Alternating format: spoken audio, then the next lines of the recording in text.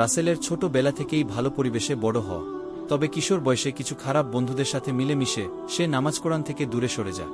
ধীরে ধীরে মিথ্যা বলা, গীবত করা, এমনকি হারাম পথে অর্থ উপার্জনের দিকেও ঝুঁকে পড়ে।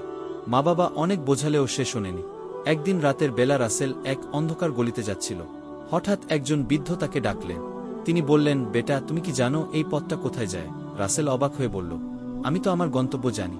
বৃদ্ধ মৃদু হেসে বললেন, মানুষও ভাবে তারা সঠিক পথে আছে, কিন্তু যদি পথ ভুল হয় তাহলে গন্তব্য ভুল হবে। তোমার জীবন কোনো পথে যাচ্ছে, কখনো ভেবে দেখেছ? কথাগুলো রাসেলের হৃদয়ে বাজল। সেই রাতেই সে কাঁদতে কাঁদতে আল্লাহর দরবারে তোবা করল। পরদিন ফজরের নামাজে গিয়ে সে অনুভব করল এই সত্যিকারের শান্তির পথ। এরপর থেকে রাসেল 5 ওয়াক্ত নামাজ পড়া শুরু করল, হারাম কাজ ছেড়ে দিল, আর ভালো সঙ্গীদের সাথে চলতে শুরু করল। অন্যায় পথ যতই আনন্দদায়ক হোক, একদিন তা ধ্বংস ডেকে আনে, কিন্তু আল্লাহর পথে ফিরে এলে তিনি ক্ষমা করেন ও সঠিক দিশা দেখান।